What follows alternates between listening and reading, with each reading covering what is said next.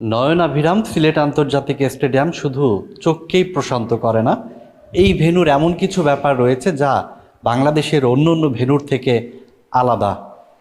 এই ভেন্যুতে রয়েছে একটি ঘন্টা, যেটি বাংলাদেশ জিম্বাবুয়ে অভিষেক টেস্ট ম্যাচ যখন হয়েছিল সেই সময় থেকেই এই ঘন্টা টেস্ট ম্যাচ শুরুর আগে বাজানো হয়।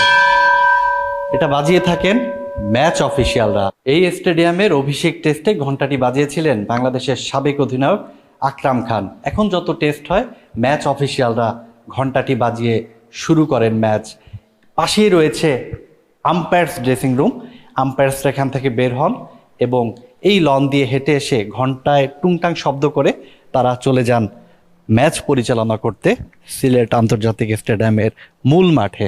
ঢাকা বলে যাদের নারায়ণগঞ্জ জয়দেবপুর পাঠিয়ে দেওয়া হয়েছিল, তারা দলে দলে ফিরছে বিমানবন্দর সংলগ্ন আশিয়ান সিটিতে। No tension. 2007 সালে ক্রিকেটের মক্কাখ্যাত লর্ডসে প্রথম শুরু হয় ঘণ্টা বাজিয়ে টেস্ট শুরুর ঐতিহ্য। দ্য 5 মিনিট বেল নামে পরিচিত এই ঘণ্টা প্রতিদিন খেলা শুরুর 5 মিনিট আগে বাজানো হয়। 2016 সালে কলকাতার ইডেন গার্ডেন্সেও এই ঐতিহ্য ধরে ঘণ্টা বাজিয়ে টেস্ট শুরুর উদ্যোগ নেন ক্রিকেট অ্যাসোসিয়েশন অব বেঙ্গলের প্রধান সৌরভ গাঙ্গুলি।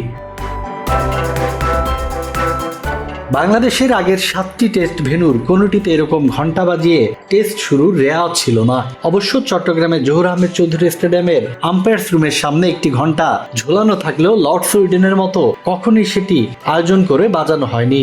লর্ডস ও কলকাতার পর সিলেটেই তৃতীয় ভেন্যু যেখানে টেস্ট শুরু হয় ঘণ্টা বাজিয়ে।